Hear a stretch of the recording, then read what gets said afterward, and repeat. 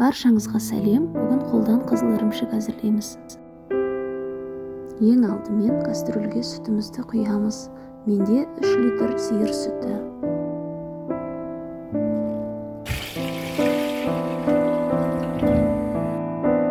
Сүтті жиі араластырып тұрамыз.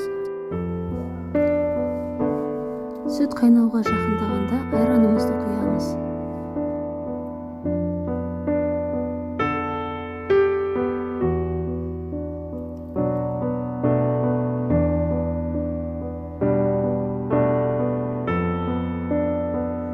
Араластырып тұрамыз.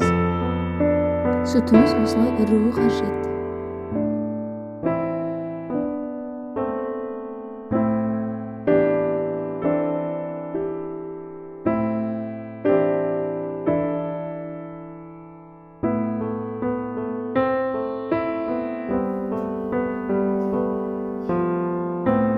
Сары суы бөлектенген соң, отты азайтып, қақпағын жауып, 3,5-4 сағаттай қайнатамыз.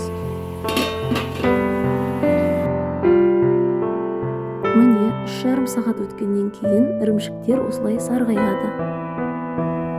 Сол кезде үстіне қантымызды салып, қақпағын жауып, тағы 1 сағаттай қайнатамыз.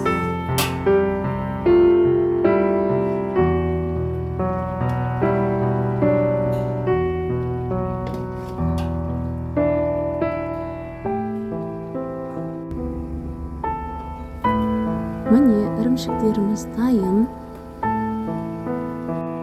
Енді осындай ыдысқа сүзіп аламыз.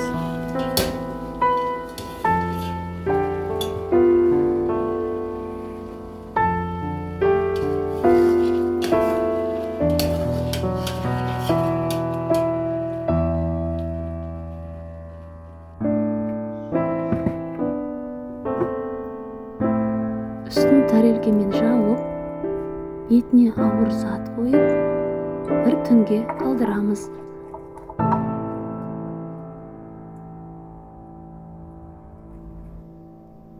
Міне, ірімшігіміз дайын, өте дәмді, міндетті түрде жасап көріңіздер.